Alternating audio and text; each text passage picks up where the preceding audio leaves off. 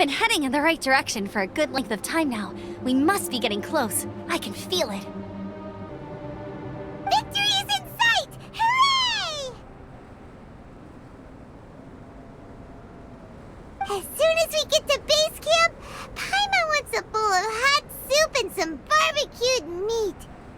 I hope we can all get there safely. No more incidents, please.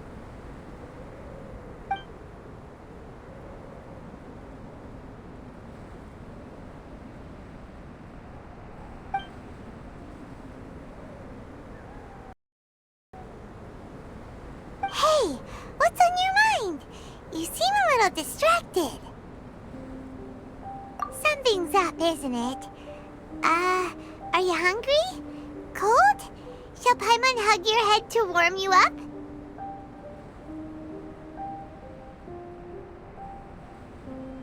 I don't think I've spent so much time on Dragonspine before. It sure is cold, but the view is amazing. Isn't it, Eula? Eula? Sorry, I wasn't listening. What did you say? I was just thinking. Whenever I've met up with you at Dragonspine in the past, we always stick to the same few spots. It's much more vast and beautiful here than I realized. If it were a little warmer and a little safer, I bet this place would be bustling with visitors.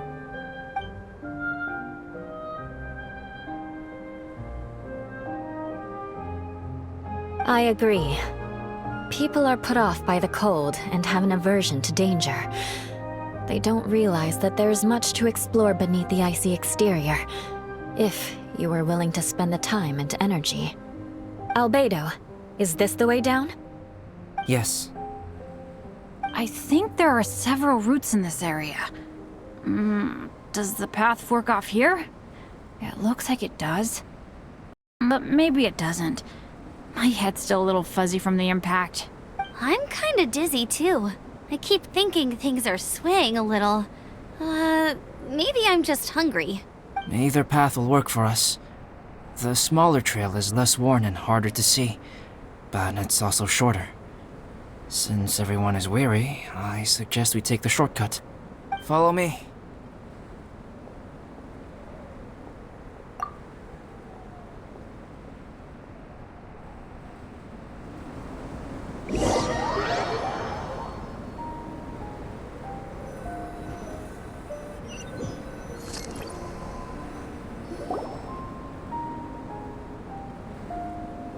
Wait.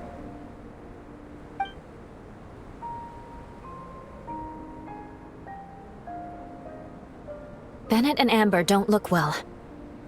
Can we take a break? We can continue once their conditions have improved. Ugh. Now that you mention it. Huh? You hit your head earlier, didn't you? Oh, you noticed. Are you sure it's worth holding everyone up over a little thing like this? No problem at all! Health and safety always come first! Okay, sorry for this. Thank you. Yeah. Thank you.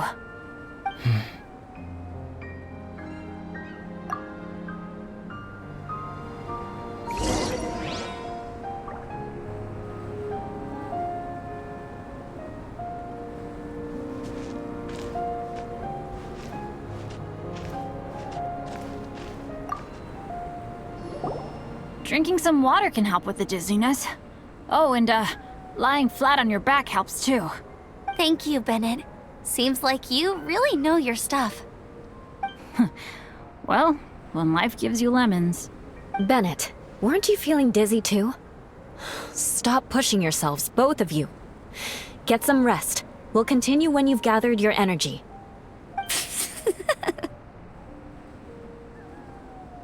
Eula might come off as a little frosty, but she takes caring for her friends super seriously, more than anyone else I know.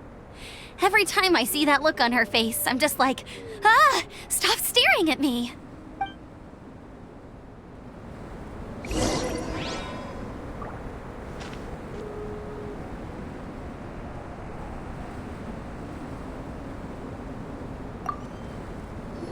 Traveler, I know what that look means.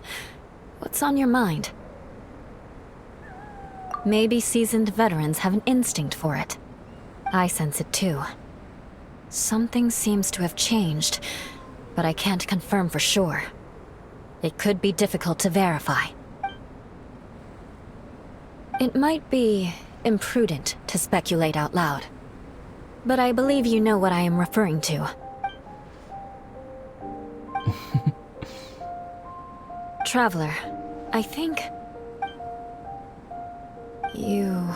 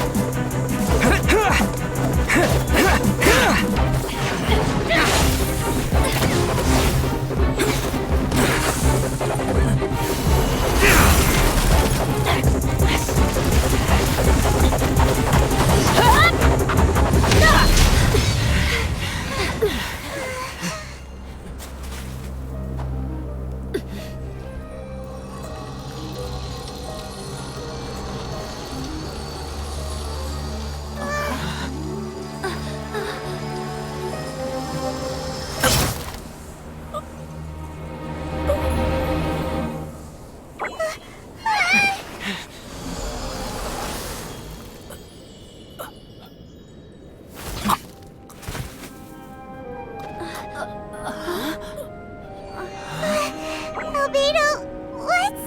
It's not over yet.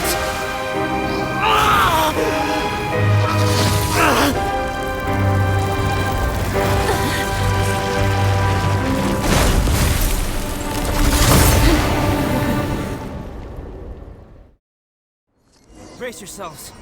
This'll be a Stay back! I'm going to cut this weed down to size!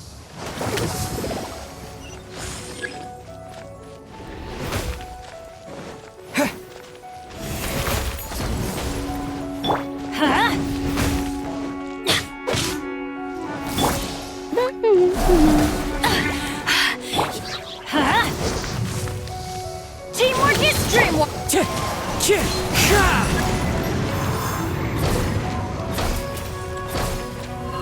Time to go.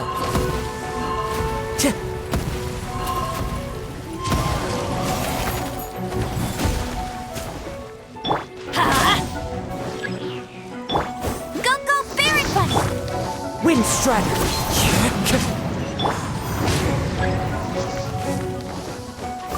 Adventure time! Let's light it up! No escape!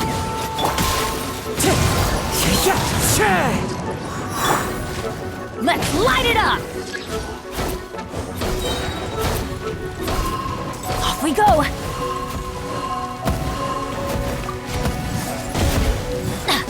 Let's light it up! That's gonna hurt in the morning! Couldn't break the curse.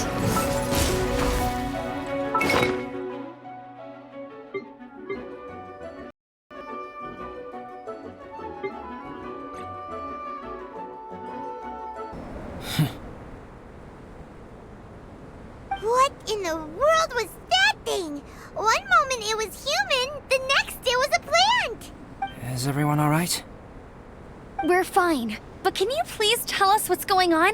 I don't understand. I take it this monster is whom I had the pleasure of meeting last time. Correct. As you might have guessed, this is a mutated whopper flower. An extremely rare kind. But can whopper flowers turn into humans? Not typically, but conditions on Dragonspine are far from typical. Perhaps the dragon's blood seeped into the land, then was passed to the monsters via the ley lines, accelerating their rate of mutation. How could that happen? This mountain is home to the remains of Durin, the venomous dragon. If there is anywhere in the world one might expect life to do unfathomable things, it would most likely be here. Durin was an artificially created life form.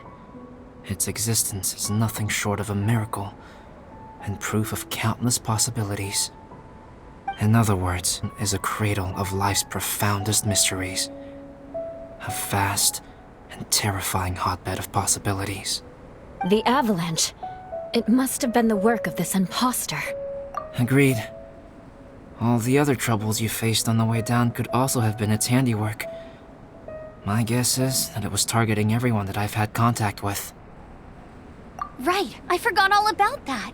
It's not inconceivable. But what was its purpose? Was it just trying to get rid of us? I have a preliminary hypothesis on this. Whopper flowers are masters of mimicry, and those we encounter in the wild often appear in the vicinity of the plants they impersonate. In other words, the whopper flower likely has an instinct to replicate and replace. As a plant, it will disguise itself as another plant and infiltrate the group, hiding among them for cover. The plant being imitated has no way to detect or fight back against this behavior, but when it disguises itself as a human, It wanted to replace you and infiltrate our group? yes, maybe it created the avalanche to get rid of us.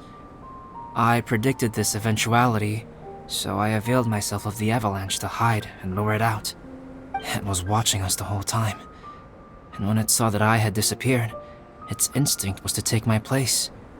At that point, its disguise was complete, and its next move was to hunt its prey. Yes, that's exactly how whopper flowers operate.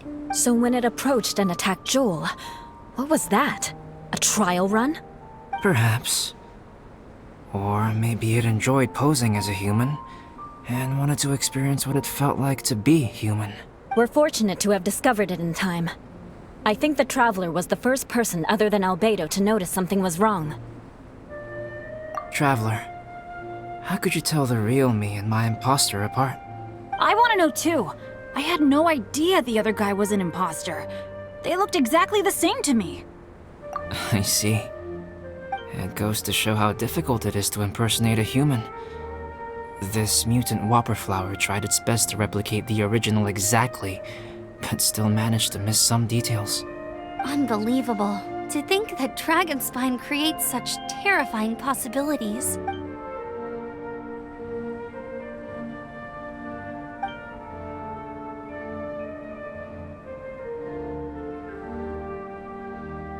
Anyway, at least we won in the end. It looks like my method did work after all. I used up all the bad luck, and the good luck finally came through. About that, if you're referring to having fallen down the mountain and avoided injury, well, that's because I was secretly protecting you. Huh? Well, that still counts as good luck to me. Yes, that's not an unreasonable way of looking at it. Okay. We've been delayed long enough. Time to move on. Yeah, let's go!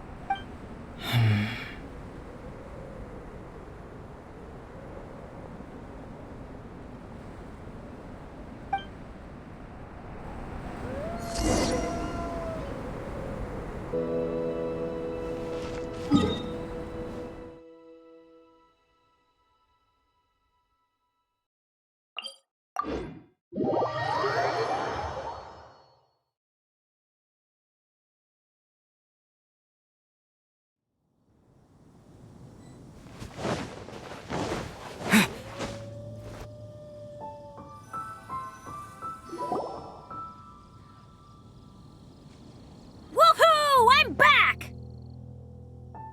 Cyrus doesn't seem to be here. He must have headed up the mountain. Let's wait for him here. Amber, are you feeling better? Yep, all good now. Nothing to worry about. I don't know what I'd do without you guys. If not for you, I'd probably still be locked up in that cage. I really want to thank you all properly, but I can't think how at the moment. Huh? You must be pretty used to being on the receiving end of people's kindness by now, though, surely. You probably need it often enough given your situation. Come on, don't put it like that.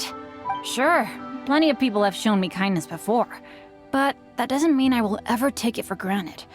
No matter how many times people help me out in life, I will never forget any of them. Well, instead of repaying those who helped you, perhaps you could help others yourself. Everyone meets others in need from time to time. By choosing to be there for them, you're passing the kindness you received onto others. Yup, you're right. That's what I've always tried to do, and will always continue to do. Right. And when Cyrus gets back, I'll find some way to help him out too. This has been quite an eventful day. Yeah, it has. It's really hit me how tired I am now that I've started to relax. I need to rest. Everyone, please excuse me for a while. Yeah, I need to get some water and maybe a piece of fruit. Once I'm rested up, I need to get back to being an instructor again. Well, it looks like the curse of the mountaineers who couldn't get off the mountain is finally broken. Feels like an action-packed chapter has come to a close. Shall we find somewhere to rest and chat too? Why not? Then please, come with me. You sensed something too, didn't you? Then let's go. Huh? Are you going back to your camp again? Paimon thought maybe we could talk here. Okay. Might as well come with you. Good. Shall we set off right away?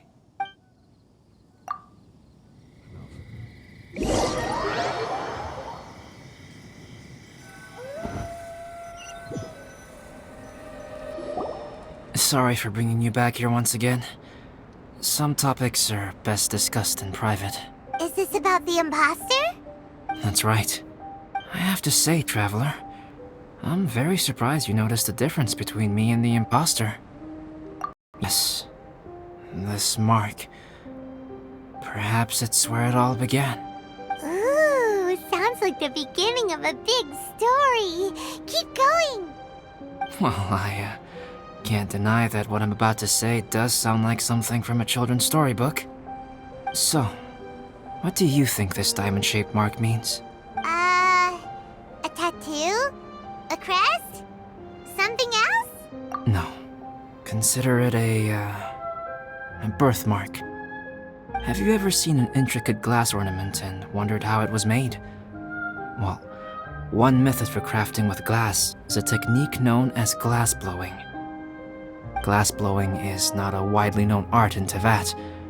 For this reason, glassware made in this way is usually very expensive. As the name implies, glass blowing involves blowing air into a hole, much like blowing up a balloon. This type of glassware is known for having a pontil mark at the point where the blowpipe was inserted, where the hole was sealed at the very end. This mark is a sign that the item was crafted by a human hand.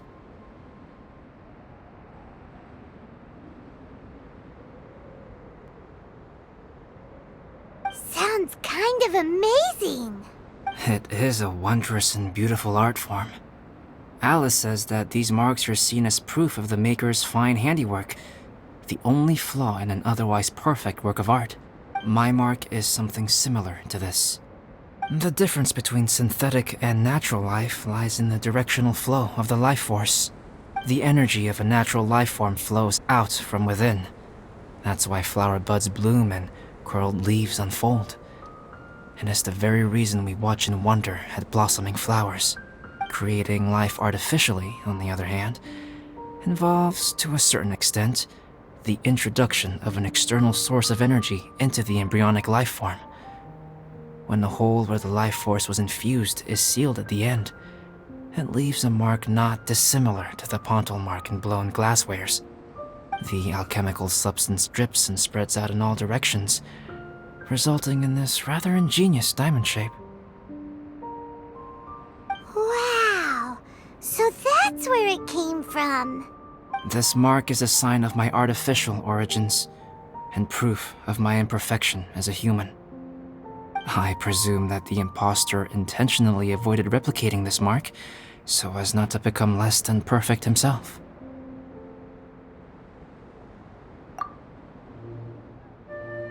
You are fundamentally different from other people. I have few qualms about sharing my secrets with you. Just as Paimon said, it all sounds like a story. Even if you were to tell anyone else, they would regard it as nothing more than a tall tale. The transcendent and miraculous are not the only things to which human beings aspire. They pursue the everyday, the ordinary, to a far greater extent than I would have ever imagined. People like to believe that those who are thoroughly different from themselves could only ever exist in stories. It makes things much easier. Or, in other words, all of the unfathomable things we've seen recently would make good material for a novel. I have friends who write novels. If they wrote this story, it'd probably be even more complex. Making up stories is easy. Even Paimon can do that. Oh, I didn't know you had that kind of talent. Paimon's the best guide into that. Making up stories is a piece of cake. In that case, how about we have a storytelling contest? We can base our stories on the events of the last few days. Sounds great. But we still have to help out the Adventurers Guild. I understand. Creativity is something that cannot be rushed. Take your time, and come back when you have inspiration. We'll see whose story is more compelling. Deal! Okay, we'll regroup with the Adventurers Guild for now. Sure.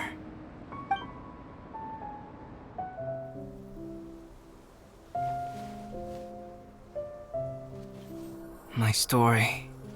Yes, I should have known. Master's failed specimen in the dragon's belly. This is where the story truly begins.